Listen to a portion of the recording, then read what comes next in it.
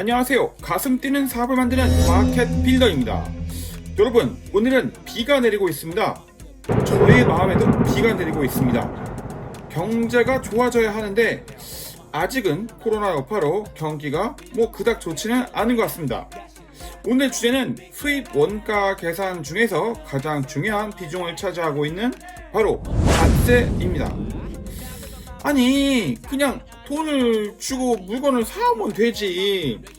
관세는 또 뭐야? 이건 도대체 뭐야? 관세의 사전적 의미를 제가 찾아보니까 우리나라에 반입되거나 우리나라에서 소비되는 또는 사용되는 외국 물품에 대해서 부과 징수하는 조세라고 합니다. 저는 주로 식품을 수입하니까 다른 나라의 식품 농산물이 우리나라에 들어왔을 때 자국의 식품 농산물을 보호하는 차원에서 세금이 부과되는 것 같아요. 뭔 소리냐고요? 그냥 세금을 내시라는 뜻입니다. 짜증이 많이 나시죠? 내가 돈 주고 물건 사오는 건데 세금까지 내라고 하니까요. 그런데 이 관세가 없는 경우가 몇 가지 또 있기도 합니다. 대표적인 게 바로 FTA인데요. FTA 많이 들어보셨죠? Free Trade Agreement입니다. FTA가 맺어진 국가 간에는 관세가 면제되기도 합니다. 좀 더 쉽게 말씀드리면 예를 한번 들어볼게요.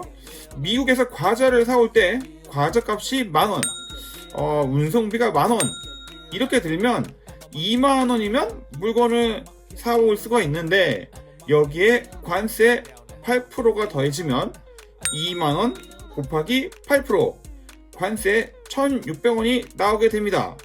그러면 과자를 수입을 하게 되면 물건값 만원, 운송비 만원, 관세 1,600원, 그러면 수입 원가가 21,600원이 됩니다.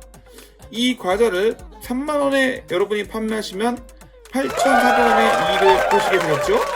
어때요? 개념이 쉽죠? 제가 이제 관세를 제대로 체크하지 못해가지고 제가 예전에 쳤던 제가 사회 처음 나와가지고 무역회사에 입사해서 쳤던 사고 이야기, 라떼 이야기를 공유해드리도록 하겠습니다. 여러분은 절대 이런 사고를 치시면 안 됩니다.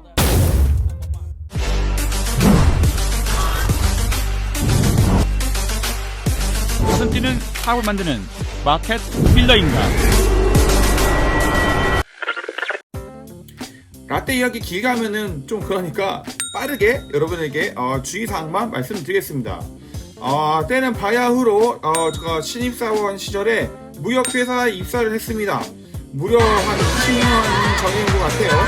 그 당시에는 패밀리 레스토랑이 매우 흥행하던 잘 되던 그런 시절이었습니다. TGI, 베니건스 여러가지 패밀리 레스토랑이 있었죠. 그때 패밀리 레스토랑에 보니까 살사 소스를 직접 만들어서 판매를 하고 있었습니다. 근데 여러분, 살사 소스 만들려면 뭐가 어떻게 되는지 알아요?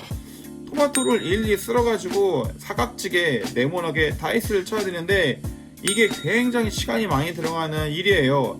그래서 그 당시에 파릇파릇한 신입사원이었던 저는 해외에 살사 소스를 서칭을 해봤습니다.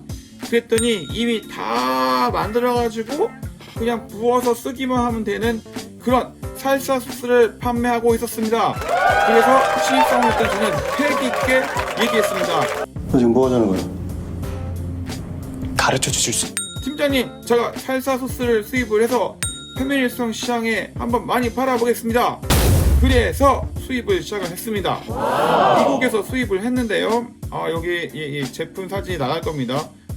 로자리따라고 하는 브랜드의 살사 소스를 수입을 해서 많이 팔았습니다. 게다가 신입사원의 폐기가 있었기 때문에 제가 마진을 많이 봐서 비싸게 팔았죠. 그럼에도 불구하고 직접 만드는 것보다 싸니까 많이 팔렸습니다.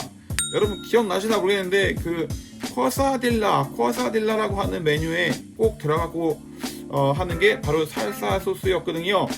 그래서 정말 잔뜩 팔았는데 갑자기 연락이 옵니다. 너 살사 소스를 관세 8% 해가지고 팔았는데 우리가 조사를 해보니까 8%가 아니라 관세 40%를 내. 그래서 관세를 40%를 추징당하게 되었습니다. 관세를 추징당하게 되면 어떻게 되냐? 그동안 판매했던 모든 그 금액에 대해서 40%를 추징금을 내야 되고 플러스 또 잘못했으니까 과태료를 내야 됩니다. 그 당시에 알아보니까 거의 한 1억을 내야 되는 거예요. 아직 신입사원이었던 저는 회사에 1억이나 되는 피해를 끼치면 당연히 퇴사해야 되는 줄 알고 정말 벌벌 떨고 식음을 전폐했던 시절이었습니다. 하지만 나중엔 알게 되었죠. 뭐 그 정도 사고 쳐도 회사에서 뭐 감안해 줄 수도 있는 거 아니겠어? 하지만 당시에는 저는 신입사원이었기 때문에 굉장히 벌벌 떨고 있었습니다. 자, 저는 어떤 실수를 했을까요? 관세를 알아볼 때 사실 많은 경우에는 그냥 관세사님한테 물어봅니다. 전화 걸어서 관세사님, 제가 살사 소스를 수입하려고 하는데요, 관세 몇 프로일까요? 그러면 관세사님이 얘기를 해. 성분표를 나에게 보내봐. 아, 알겠습니다. 성분표를 보냈죠. 딱 보시더니 관세 8%야. 그래서 8%로 원가 계산해가지고 다 팔았는데 문제가 이게 있습니다. 이상하게 이 살사 소스가 너무 맛있는 거예요. 맛있어. 왜 이렇게 많이 맛있나 했더니 거기에 빨강 피망, 파랑 피망 등의 피망이 많이 들어가 있었던 거죠. 근데 사실 이게 참 답답했습니다. 피망은 고추가 아닌데 피망이 고추로 분류가 되는 거예요. 그래서 관세가 피망이 고추가 아니라고 판단을 내리면 관세가 8%인데 피망이 고추다 라고 판단을 내려주면 관세가 40%가 되는 거였습니다. 근데 맛있는 이유가 있었지. 너무나 많은 피망이 들어가 있었거든. 그래서 맛있는 거를 잘 팔았지만 결국은 관세 추징을 당하게 되었습니다. 여러분은 절대 이런 실수 하지 마시고 반드시 성분표를 확인하고 관세사님에게 물어보고 직접 공전을 확인해서 관세가 몇 프로인지 반드시 확인하시고 수입하시기 바랍니다. 지금은 얼마나 좋아진지 알아요? 관세가 제로야. 왜냐? FTA, 한미 FTA 덕분에 관세가 제로가 되었습니다. 가슴 뛰는 사업을 만드는 마켓 빌더였습니다.